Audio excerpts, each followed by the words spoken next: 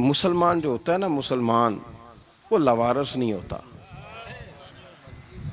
وہ وارث والا ہوتا ہے. اس کا رب ہر وقت اپنی رحمت سے اس کی حفاظت کرتا ہے. مسلمان ہر وقت نبی پاک علیہ السلام کے نگاہ کرم میں رہتا ہے. اسے کمزور باتیں نہیں کرنی چاہیے کہ میرے کو پیچھے چڑھ گیا تو پتہ نہیں کیا ہو جائے گا، برادری مخالف ہو گئی تو پتہ نہیں کیا ہو جائے گا، سچ بول دوں گا تو لوگ پتہ نہیں مجھے مار دیں گے. ایسا ہو نہیں سکتا. چھری حضرت ابراہیم چلائیں بھی نا تو حضرت اسماعیل کے حلق پہ چلنا اس نے تب بھی ہے جب اللہ حکم کرے گا. تو اللہ کی حکمت ہوگی، حکمت الہی ہوتی ہے تو کوئی کام ہوتا ہے، ورنہ ہوتا. تو اپنی طبیعت میں مضبوط ایمان، توکل، اللہ پہ بھروسہ، مضبوطی افکار کی، کچی باتیں نہیں. جو لوگ کمزور ذہن رکھتے ہیں ساری زندگی فیصلہ ہی نہیں ہوتا، کوئی ڈرتے رہتے ہیں، سہمے وقت گزارتے ہیں. اپنے آپ کو فکری، یہ جو ایمان ہوتا ہے یہ بندے کو طاقتور کرتا ہے، بندہ مضبوط ہو جاتا ہے. مجھے بتائیے نا، جب ایمان پکا ہو کہ روزی دینے والا اللہ ہے تو پھر بندہ کسی مالدار آدمی کے پیچھے کبھی بھاگتا ہے؟ کبھی کسی بڑے آدمی سے ڈرتا ہے؟ جب اسے پتا ہو کہ عزت اور ذلت اللہ کے دست قدرت میں ہے، پھر وہ سیاستیں، سازشیں، یہ کام کرتا ہے. تو پہلے تو مضبوطی ایمان درکار ہے ہماری بچوں کے اندر، ہمارے مزاجوں کے اندر. جب تک وہ مضبوطی ایمان، حضرت مولا علی شیر خدا کرم اللہ تعالی وجہہ الکریم ایک دفعہ بڑے علیل ہو گئے، کمزوری آ جاتی ہے، بندہ بیمار ہو جاتا ہے. تو ہمارے ہاں بیمار لوگ بعض اوقات ایسا جملہ بولتے ہیں جو کفر کے زمرے میں چلا جاتا ہے. آپ پریشان ضرور ہیں، تکلیف میں ضرور ہیں، لیکن آپ بات وہی کریں گے جو شریعت اجازت دیتی ہے. حضرت علی شیر خدا شدید علیل تھے. ایک صحابی تیمارداری کرنے گئے تو حضرت مولا علی کا چہرہ دیکھ کے پریشان ہو گئے، کہنے لگے آپ تو بڑے سخت علیل ہیں، اللہ خیر کرے، اللہ تعالیٰ آپ کو صحت دے. تو حضرت علی کہنے لگے تو فکر نہ کر، مجھے اس بیماری سے کچھ بھی نہیں ہوگا. نے کہا کیوں؟ فرمانے لگے مجھے نبی پاک علیہ السلام نے فرمایا تھا علی اس وقت دنیا سے جاؤ گے جب داڑھی خون سے رنگین ہو جائے گی، تو اس کا مطلب ہے میں خنجر کے وار کے ساتھ شہید کیا جاؤں گا، میں بیماری سے دنیا میں نہیں جاؤں گا، میں یہ بیماری سے مجھے کچھ بھی نہیں ہوگا، اللہ مجھے شفا دے دے گا. چونکہ حضور نے فرمایا کہ ساڈے نبی دی زبان ساڈے واسطے قرآن.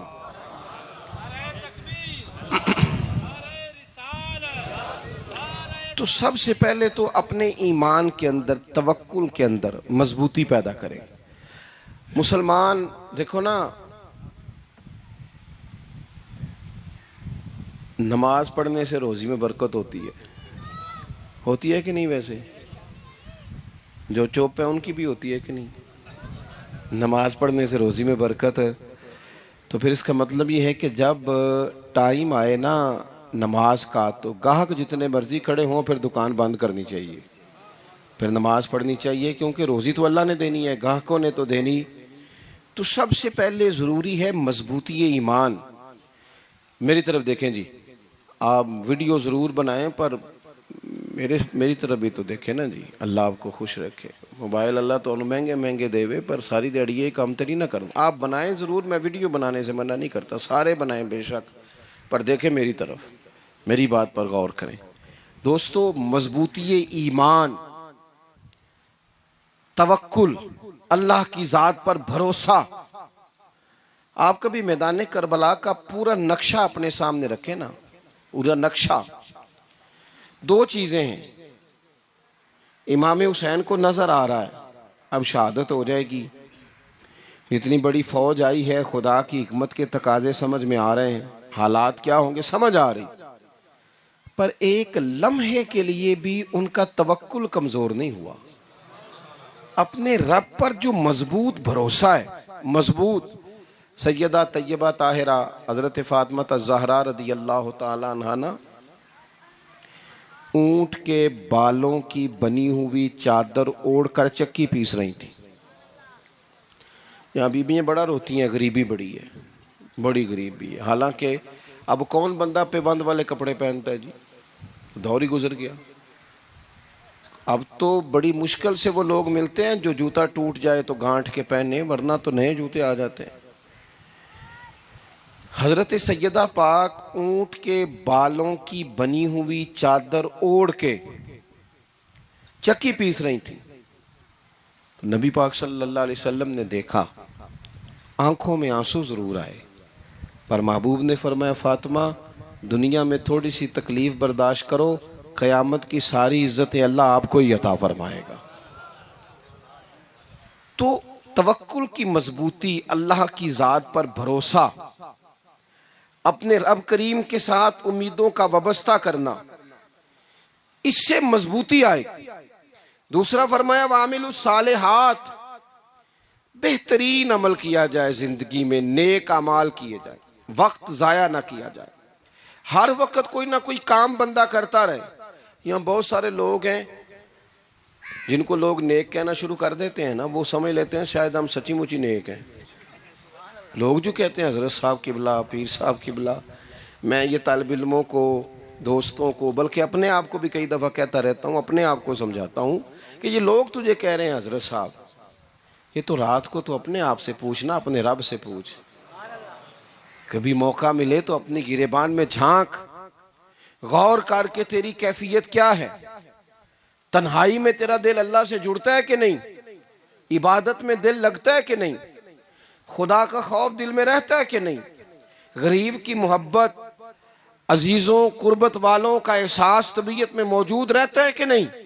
ویسے تو میرا مطلب ہے، لوگ کہہ دیتے ہیں حاجی صاحب آپ بڑے سخی ہیں، تو اس سے تو نہیں نا بندے نے سخی ہونا. سخی تو تب ہونا ہے جب اللہ کی بارگاہ میں مقبول ہوگا. اعمال صالحہ، نیک کام، اور وہ کرتا رہے بندہ. کوئی بھی کام اسے نیکی کا مل جائے نا. دیکھو نبی پاک صلی اللہ تعالی علیہ وسلم نے فرمایا نیکی کو کبھی حقیر نہیں سمجھنا، کبھی حقارت سے نہیں نیکی کرنی کہ یہ بڑی چھوٹی ہے تو میں اس کو کروں. اب فرمایا کبھی حقیر نہ سمجھنا، نیکی کا کام جو بھی ملے کر دینا. فرمایا اگر بھائی سے مسکرا کے ملو گے بھی نا تو اس پر بھی اللہ تمہیں صدقے کا ثواب عطا کرے گا. ہم تو اس دین سے کے ماننے والے ہیں جو کہتے ہیں تو گلی سے روڑا اٹھا دے، کانٹا اٹھا دے، کسی کی تکلیف دور کر دے، کسی اس پر گنجائش کر دے، کسی کے لیے آسانی کر دے. جو بھی خیر کا کام میسر آئے پورے دن میں اسے چھوڑے نہیں. صبح گھر سے نکلیں، وہ ایک صحابی تھے غالباً تابعی تھے، تو بازار جاتے اپنے غلام کے ساتھ تو سارا بازار گھوم کے واپس آ گئے. خادم نے کہا جناب کو نہ کوئی خریدا نہ کچھ بیچا. تو آپ سارا بازار گھوم کے آ گئے. فرمانے لگے تیرا کیا خیال ہے؟ میں نے کچھ بھی نہیں کیا. کہا جناب پھر کیا کیا ہے؟ فرمانے لگے تم نے دیکھا جو بندہ بھی گزرا ہے میں نے اس کو کہا السلام علیکم. تو کتنی کو نیکیاں میں جمع کر کے آ گیا ہوں. کوئی خیر جو میسر آئے. ہم سمجھتے ہیں کہ شاید کوئی کروڑ کو روپیہ ہوگا تو پوری مسجد بناؤں گا تو پھر میں نے نیکی کر دی ہے. شاید جناب میں، حالانکہ یہ چھوٹے چھوٹے کام ہیں نا، چھوٹے چھوٹے کام، ان کی تو زیادہ ضرورت ہوتی ہے، ان کی تو زیادہ حاجت ہوتی ہے. کوئی آپ رستے میں گزر رہے ہیں تو نیچے کوئی کھڈا بنا ہوا ہے تو اس پر ہم کیا کرتے ہیں؟ گاڑی میں بیٹھ کے تبصرہ کرتے ہیں اے روڈ کھورے کدوں بننا ہے. بھئی یہ کھڈا ہے نا تو آپ نیچے اترے نا، تو آپ دھابڑا لیں نا، کئی پکڑے نا، یہ تو 5 منٹ کا کام ہے، یہاں آسانی کر دیں نا، آپ اس میں گنجائش کر دیں. حضور سید عالم علیہ السلام نے فرمایا، امام راضی نے حدیث لکھی ہے، قیامت کے دن ایک بندے کو اللہ معاف کرے گا تو وہ بندہ عرض کرے گا یا اللہ میں تو بڑا گنہگار ہوں، کس وجہ سے معافی ہوئی؟ فرمایا رات کے وقت تو گزر رہا تھا، تیرے پیر سے روڑا ٹکرایا تھا اور تو نے اٹھایا ادھر ادھر دیکھ کے کہ کوئی اللہ کے کسی بندے کو تکلیف نہ ہو جائے. کہ مالک کو وہ تو میں نے زمانہ بیت گیا، کوئی اتنی بڑی بات بھی نہیں سمجھی. تو رب کریم نے فرمایا تو رات کے اندھیروں میں بھی میرے بندوں کا خیال رکھتا تھا تو میں تیرا خیال نہ کروں؟ کوئی عمل ہمارے ہاں لوگ کوئی کام نہیں کرتے، بالکل نہیں، کوئی کام نہیں، نہ بڑے نہ چھوٹے نہ سمجھدار نہ ان پڑھ، کچھ بھی نہیں. نشستن گفتن برخاستن، بیٹھو راج کے گپے مارو، تبصرے کرو فلانا کچھ نہیں کر رہا، فلانا کچھ نہیں کر رہا، اس کے بعد اٹھ کے چلے جاؤ. کچھ کریں. وَعَمِلُوا الصَّالِحَاتِ، نیکیاں جمع کریں زندگی میں، خزانہ بنائیں، خزانہ. اپنی ڈیوٹیاں، اپنی ذمہ داریاں پوری کریں، ہر وقت کام، ہر وقت ذمہ داری، ہر وقت ڈیوٹی. دیکھیں نا امام حسن اور حسین، ان کی آپ کبھی زندگی کا مطالعہ کریں. فرض نماز کے علاوہ 100 رکعت نماز نفل روز پڑھنی ہے. پتہ کرنا ہے غریب کہاں کہاں ہیں، ان کا خیال رکھنا ہے، اور نیرے پیسے نہیں دینے. ہمارے لوگ غریبوں کو پیسے ضرور دیتے ہیں، عزت نہیں دیتے. ان کو 4 پیسے کی مدد ضرور کر دیتے ہیں، پر عزت نفس کا خیال نہیں رکھتے. امام زین العابدین رضی اللہ تعالیٰ عنہ فرماتے ہیں، گزر رہے تھے، آپ دیکھیں نا، امام غزالی حدیث لائے ہیں کہ بندہ اور کچھ نہ کرے، کسی مومن کا دل راضی کر دے تو اللہ 60 سال کی نفلی عبادت کا ثواب عطا کرتا ہے. دل بدستاور کے حج اکبر است، از ہزارہ کعبہ یک دل بہتر است. کسی کا دل خوش کر دینا، اس کو راحت دے دینا، اس کو قرار دے دینا، اس کے لیے کوئی ایسا سامان کر دینا کہ بندہ مطمئن ہو جائے، سکون ہو جائے. یہ ہمارے ہاں جو لوگ ہوتے ہیں نا، سرکاری ملازمین، ڈیوٹیوں والے، ان کی طبیعتوں میں تلخی ہوتی ہے. یہ اگر صرف پیار کرنے لگ جائے نا، میں کچھ میڈیکل سے وابستہ لوگ میرے احباب میں سے ہیں، تو میں ان سے کہتا ہوں کہ شفا تو اللہ نے دینی ہے، چلو تم دوائی تو ہنس کے دیا کرو نا، تم آنے والے کی بات تو توجہ سے سنو. وہ بیچارہ اپنی بات، ہمارے ایک بزرگ تھے تو تعویذ لکھا کرتے تھے، بڑے عالم تھے. مجھے کچھ تھوڑی سی نا میرے دل میں ان کے بارے میں خفگی رہتی تھی کہ آپ اتنے بڑے عالم ہیں، آپ کتاب لکھیں، آپ تعویذ لکھ رہے ہیں، اور پھر لوگوں نے کمائی کرنی ہوتی ہے، آپ تو مفت دیتے ہیں سارا کچھ. اتنی لمبی ڈیوٹی، سارا دن بیٹھے رہتے ہیں آپ اور لکھتے تعویذ ہیں، پڑھائیں آپ. میں نے ایک دن ان سے گزارش کی، میں نے کہا شیخ آپ بڑے آدمی ہیں، جن لوگوں کو اللہ نے رسوخ فی العلم عطا فرمایا ہوتا ہے ان میں سے آپ ہیں.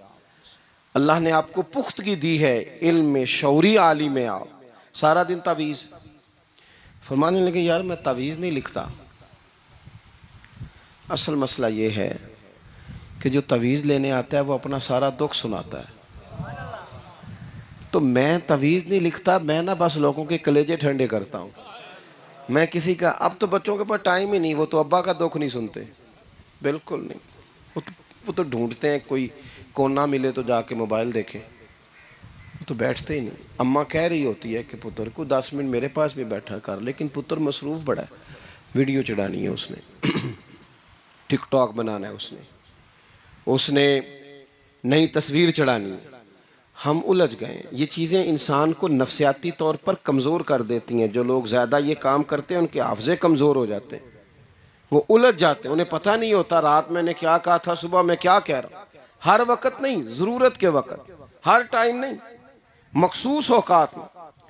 حضرت امام زین العابدین رضی اللہ تعالیٰ عنہ فرمانے لگے، ہم گزر رہے تھے، امام حسین ساتھ تھے،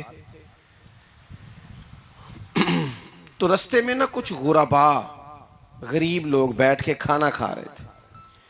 کہتے ہماری ان پر نظر پڑی تو انہوں نے حضرت امام حسین رضی اللہ تعالیٰ عنہ سے کہا حضور آئیے، تشریف لائیے، کھانا کھائیے. وہ ضروری نہیں ہوتا آپ کو سب کا کھانا پسند ہی آئے، ٹیسٹ اپنے اپنے ہوتے ہیں، یہ ضروری تو نہیں.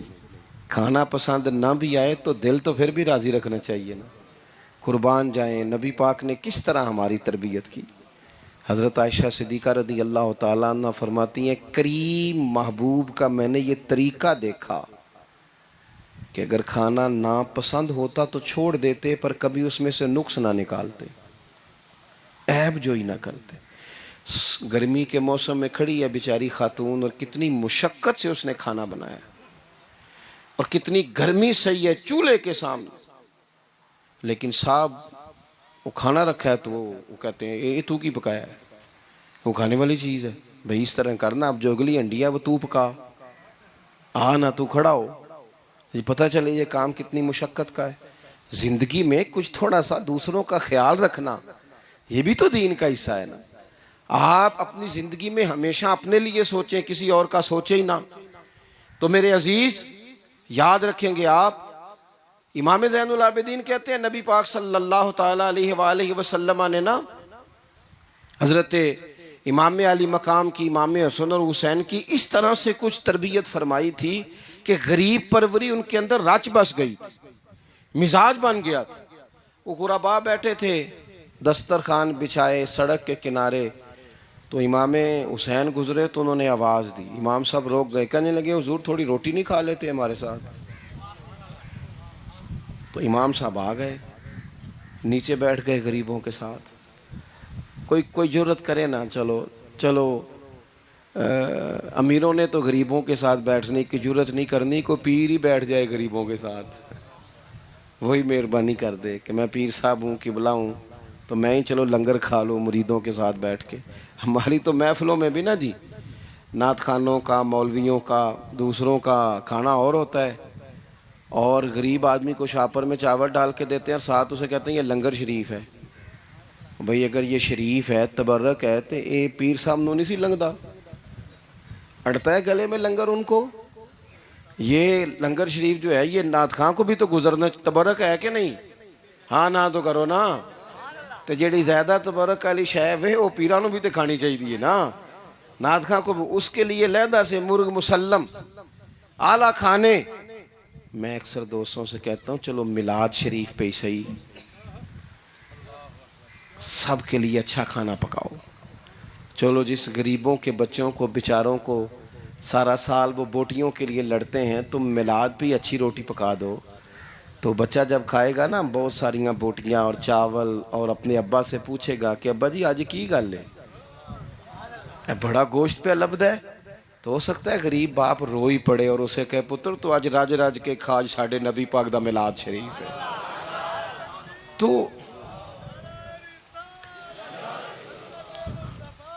تو امام حسین رضی اللہ تعالیٰ عنہ نا آ کے غریبوں کے بیچ بیٹھ گئے زمین پہ، انہوں نے کہا کھائیے، تو وہ جس طرح وہ کھا رہے تھے نا سادے برتنوں میں امام حسین کھانا کھانے لگ گئے۔ میں نے کہا خیر کا کام کوئی بھی ملے اسے ضائع، چلو اور کچھ نہیں کر سکتے تھے، کسی کو سڑک ہی پار کرا دے نابینا کو، چلو اور کچھ نہیں کر سکتے، تو آپ کو پتہ ہے کہ سامنے والا بوجھ لے کے گزر رہا ہے، آپ تھوڑا سا ہٹ جائیں روڈ سے، اسے گزر لینے دیں، کوئی تو کام زندگی میں کوئی ارادہ تو خیر کا بندہ کرے۔ امام حسین بیٹھ گئے، ان کے ساتھ روٹی کھائی، تھوڑی دیر کے بعد اجازت لی، فرمایا جاؤں؟ کہنے لگے حضور اور کھائیے، فرمانے لگے میں تو ابھی روٹی کھا کے آیا تھا اور آج تک ایسا نہیں ہوا کہ دوبارہ کھانا کھاؤں، ایک لقمے کی بھوک نہیں تھی، جتنا بھی کھایا ہے نا یہ تمہارا دل خوش کرنے کے لیے کھایا ہے۔ غرباء مساکین کی وعامل الصالحات، ایماندار بندہ ایمانداروں جیسے کام کرتا ہی اچھا لگتا ہے۔ 25 حج کیا امام حسن اور حسین نے مدینے سے مکے پیدل جا کے، کتنے بولیے؟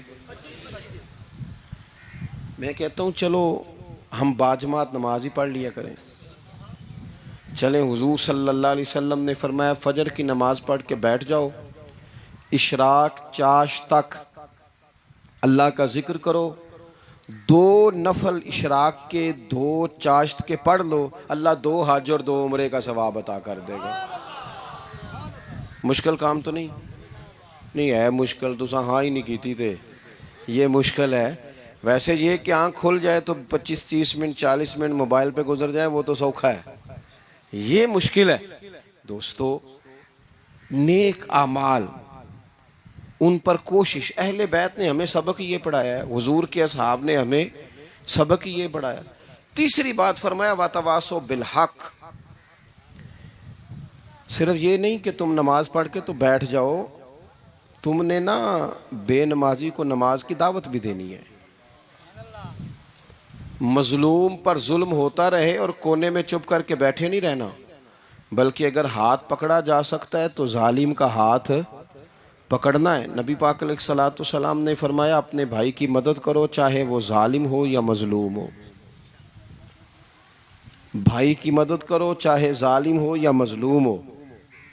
تو صحابہ نے عرض کی یا رسول اللہ صلی اللہ تعالی علیہ وسلم یہ مظلوم کی مدد تو سمجھ میں آتی ہے، یہ ظالم کی مدد کیسے کریں؟ نہیں سمجھ آ رہی ہے آپ کو بات کی؟ یا رسول اللہ صلی اللہ تعالی علیہ وسلم مظلوم کے ساتھ کھڑا ہونا تو ہماری عقل میں آ گیا، تو ظالم کی مدد کیسے کرنی ہے؟ تو نبی پاک صلی اللہ تعالی علیہ وسلم نے فرمایا ظالم کو ظلم کرنے سے روک دو، تم نے اس کی مدد کر دی، اسے باز کرو. لیکن ہم تو اتنی جرت ہی نہیں رکھتے بدی کو بدی کہنے کی، اتنی طاقت ہی نہیں ہوتی. جھوٹ کو جھوٹ کہنے کی ہمت، ہمارے گھر میں سارا کچھ ہو رہا ہوتا ہے، ہمیں پتہ ہوتا ہے کہ فلاں جگہ پہ ہمارا قبیلہ ہماری برادری غلط ہے، پر اتنی جرت کرتے. ہم سچ بولتے ضرور ہیں پر دوسروں کے بارے میں، اپنے بارے میں سچ بولنے کو تیار نہیں ہوتے. جرت کا مظاہرہ کریں زندگی میں، حق کو حق کہنا سیکھیں، غلط کو غلط کہنا سیکھیں، جھوٹ کو جھوٹ کہیں، بدی کو بدی کہیں، سچائی کا ساتھ دیں ہمیشہ. ہم نے جب تک دیکھو نا، ظلم ہوتا رہے، زیادتی ہوتی رہے، اپنا دروازہ اندر سے بند کر لو، پتر باہر نہ جانا. کیوں جی؟ باہر اس پہ ظلم ہو رہا ہے، ان کے گھر آگ لگی ہے، کوئی ہمارے گھر تو نہیں نہ لگی. یاد رکھنا، پڑوسیوں کی آگ نہ بجھاؤ گے تو اپنے گھر بھی آ جائے گی. اگر مظلوم کا ہاتھ نہیں پکڑو گے تو ظالم دلیر ہو جائے گا. اور ہمارے جتنے بھی بزرگ گزرے، انہوں نے ظالموں کو ظالم کہا.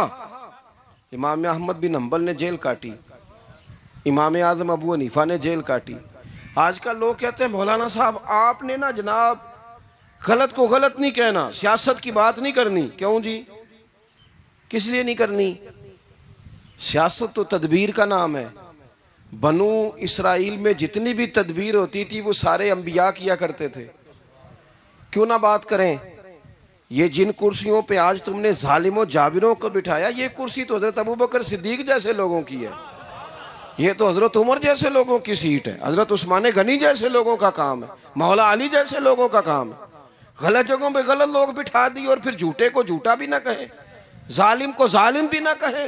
ہم سے نہ رقم ہوں گے قصید یزید کے، کیونکہ ہم لوگ تو حسین کے سیرت نگار ہیں. یہ کیا بات ہوئی؟ آپ سچی بات ہی نہ کریں، کلمہ حق کہیں، ہمیشہ کھری بات کہیں، سچی، گرچہ اپنا نقصان ہو. حق کے ساتھ کھڑے ہونا سیکھیں. وَتَوَاصَوْا بِالْحَقِّ، ساری آسانی تھی. امام حسین کو کوئی مسئلہ نہیں تھا، آرام سے بیٹھے تھے. آج کتنے موجوں میں بیٹھے ہیں، پیر صاحبان، مولوی صاحبان، خطیب صاحبان، سیاستدان، وڈیرے، موج لگی ہوئی ہے. کسی کو کچھ نہیں کہنا، کچھ کہیں گے تو پھر بندے مخالفت کریں گے. تو امام حسین مسجد نبی میں جمعہ پڑھاتے تھے، چپ کر کے بیٹھے رہتے. حضور سید عالم علیہ السلام کے مزار انور کے پاس بیٹھے تھے، بیٹھے رہتے. لیکن امام حسین نے فرمایا ظالم حکمران بنے تو وہ قوموں کو تکلیف دیتے ہیں، وہ ملی نقصان کرتے ہیں، وہ امت کا چہرہ مہرہ بگاڑ کے رکھ دیتے ہیں. لہذا کھڑے ہونا پڑتا ہے، کلمہ حق کہنا پڑتا ہے، الہے کلمت الحق کے لیے نکلنا پڑتا ہے. آپ اپنی زندگی کے اندر سچی بات کرنا سیکھیں. الیکشن کے دن آ گئے، میرے ایک بڑے محبت والے ساتھی تھے، وہ آ گئے ووٹ کے لیے. ویسے بھی یہ جو بیماری ہمارے ملک میں نا جی، ہمارے ہاں حکمران بعض اوقات کہتے ہیں اوے ہو جی جمہوریت بڑی ضروری ہے. وہ بھی کس مصیبت کا نام ہے جمہوریت؟ اقبال تو کہتے ہیں کہ یہ وہ چیز ہے کہ جس میں پتہ ہی کوئی نہیں ہوتا، پڑھے لکھے ان پڑھ کا، چھوٹے اور بڑے کا، سیانے اور بیوقوف کا.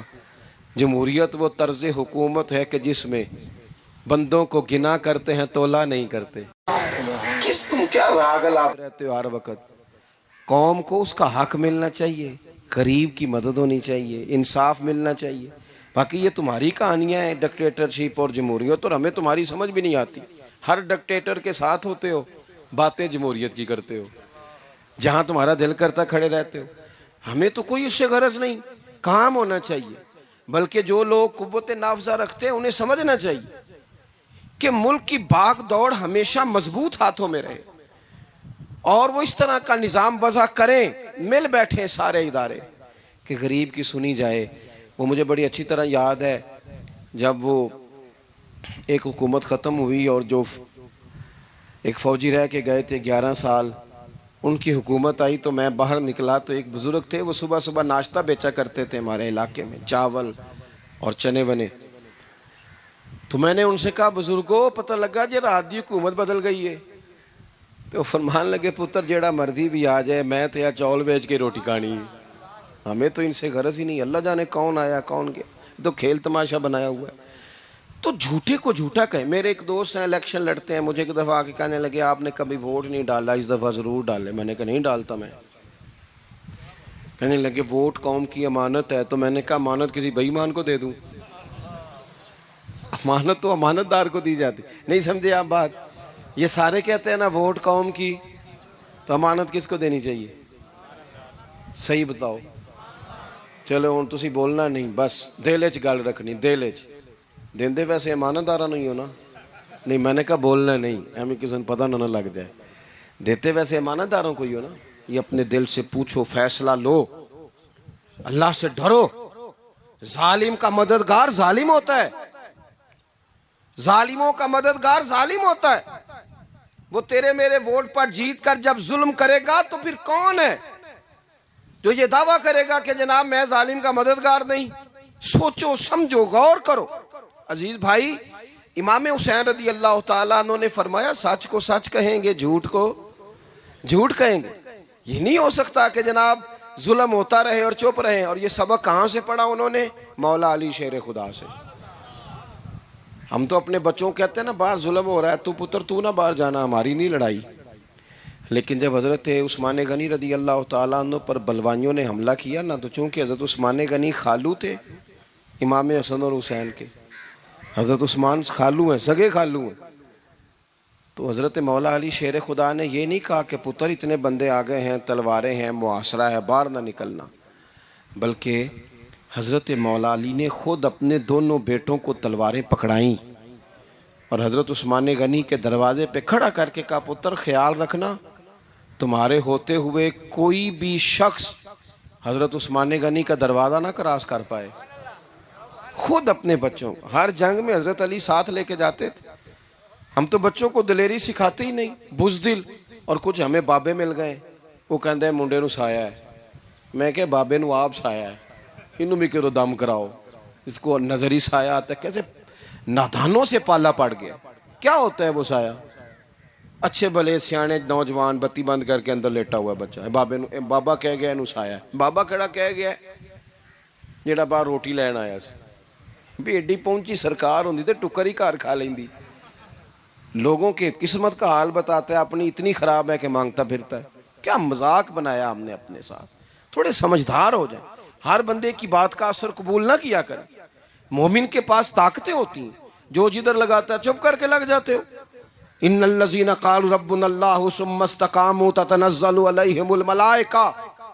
اللہ کہتا ہے تو ڈٹنا سیکھ, رب کا نام لے کے ڈٹ جا, رب تیری مدد کے لیے فرشتے بھی نازل کر دے گا.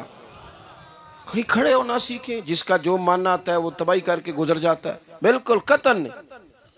تو امام حسین نے صحیح کو صحیح کہا, غلط کو غلط کہا, اور ڈٹ کے کہا, اور پورے وثوق سے کہا, اور پوری وہ حضرت امام ابو مالک کھڑے تھے نا, تو یہ بادشاہ بڑی بڑی غلط باتیں بھی کرتے ہیں. اچھا چلیں صحیح بتائیں آپ, میں آپ کو اپنی بات بتاتا ہوں. کئی دفعہ ایسے ہوتا ہے, کئی دفعہ کہ بات کوئی ہو جاتی ہے, کر لیتے ہیں, تو کوئی ساتھی توجہ دلاتا ہے کہ آپ تو بولتے بولتے یہ کہہ گئے, تو احساس ہوتا ہے اوہ یار غلطی ہو گئی, ہو جاتا ہے. بڑے بڑے جو محدثین تھے, بڑے بڑے لوگ, انہوں نے کہا یار ہماری یہ رائے تھی, پھر اس کے بعد ہمیں یہ پتہ چل گیا, اب ہماری رائے بدل گئی ہے. اس کو رجوع کرنا کہتے ہیں. بڑے بڑے لوگوں نے کر لیا. لیکن ہماری سیاسی جماعتوں کا حال یہ ہے کہ ان کے کسی کارکن سے پوچھے نا تمہارے لیڈر نے کبھی غلطی کی ہے, کیوں کیا نے, کیوں معاذ اللہ یہ فرشتے کیا ہیں, یہ غلطی نہیں کر سکتے. اگر بڑے بڑے لوگ کہتے ہیں یار یہاں ہم بھول گئے تھے, حتیٰ کہ صحابہ کرام علیہم رضوان اپنی رائے سے رجوع کرتے, یہاں کیا حال ہو گیا, کس چکر میں ہم پڑ گئے. جماعتوں کو بت نہ بناؤ, وہ جماعتیں رہنے دو, اگرچہ بت ہیں جماعت کی آستینوں میں, پر مجھے حکم اذاں لا الہ الا اللہ. تو سچ کو سچ, جھوٹ کو جھوٹ. حضرت امام ابو مالک کھڑے تھے تو ہارون رشید بادشاہ تھا. کچھ بڑے خوش آمدی لوگ ہوتے ہیں, نہیں جی نہیں سرکار آپ کی تو کیا بات ہے, کیوں جی اتنی تعریفیں کیوں کر رہے ہو. کہتے ہیں اس نے خرچہ کیا, مسجد بنوا کے دی ہے, یہ جناب چندے دیتا ہے. وہ خدا کے بندو, چندہ دینے کا مطلب یہ جو مرضی کہہ جائے.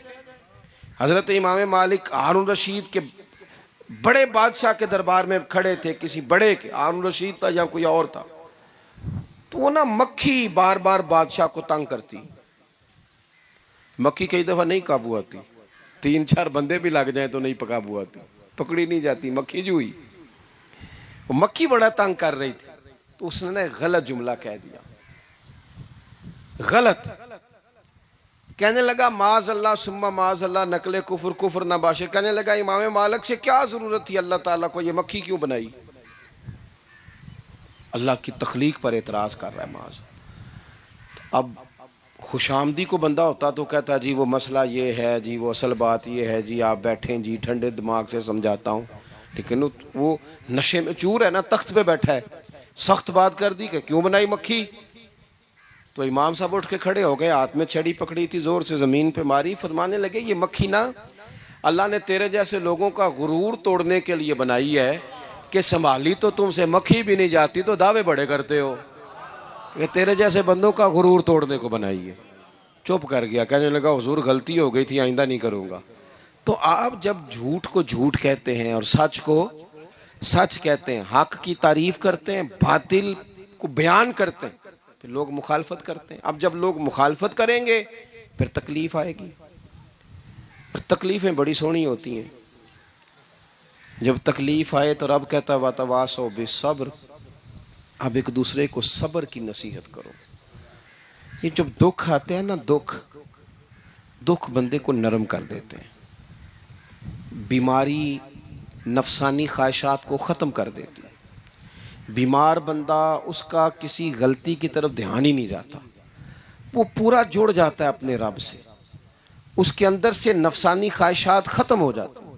جب آپ دکھی ہوتے ہیں نا, پھر کوئی سجدے کا مزہ آتا ہے, پھر کوئی دعا میں لطف آتا ہے, پھر کوئی رب سے دل لگانے میں مزہ آتا ہے, پھر دل کرتا ہے کہ کوئی بندہ موجود نہ ہو, میں اکیلا ہوں مسجد میں, رج کے یاد کروں اپنے مالک کو. جب آپ صبر کرتے ہیں, قرآن پاک میں نا کم و بیش کوئی 99 کے قریب 90 سے زیادہ مرتبہ صبر کا ذکر ہے,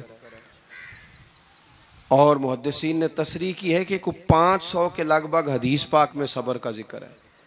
حوصلے سے, صبر سے, وَتَوَاصَوْا بِالصَّبْرِ, صبر بندہ کر کے دکھائے, اس کے اندر حوصلہ ہو, دلیری ہو. ہم نا جلد باز ہو جاتے ہیں, بعض بزرگ بھی ناراض نہ ہوں تو وہ بھی بڑے جلد باز, فٹافٹ کام ہونا چاہیے. بعض بچے بھی, بعض جناب سیانے لوگ, بڑی جلدی ہے. بندے نے روزہ رکھا ہوا نا گرمیوں کا,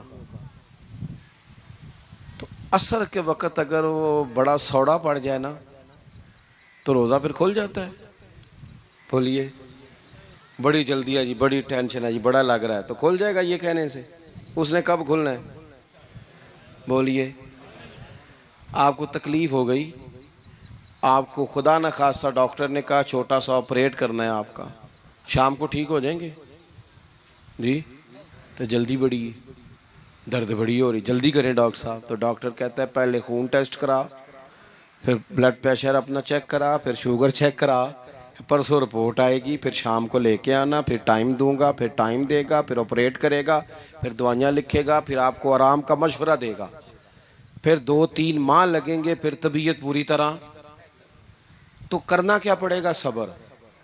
کیا کرنا پڑے گا؟ صبر. صبر زندگی میں ضروری ہے. اگر صبر نہیں تو پھر کوئی کام بھی. اپنے مزاج میں حوصلہ لائیں, حلم ہو, بردباری ہو, صبر ہو, تحمل ہو.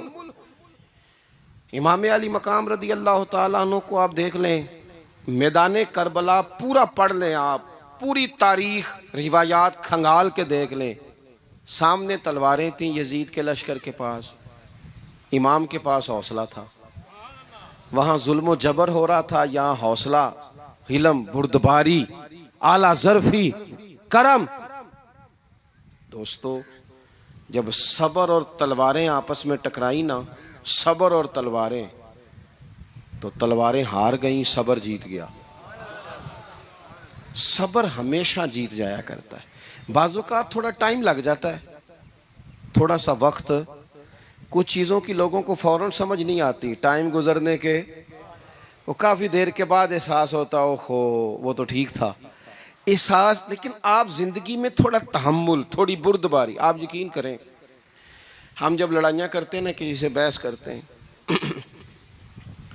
کچھ ایسی باتیں کر جاتے ہیں کہ بعد میں ہمیں احساس ہوتا ہے یار زیادہ سخت بات ہو گئی، مانتے نہیں، لیکن بعضوں کا خیال ہوتا ہے یار اوہو یہ نہیں کہنا چاہیے تھا، لیکن وہ بات غصے میں نکل جاتی ہے، صبر ہوتا نہیں، پھر وہ خرابی ہوتی ہے۔ اپنی زندگی میں صبر، یہ تھوڑی بہت جو تکلیفیں آتی ہیں نا، میں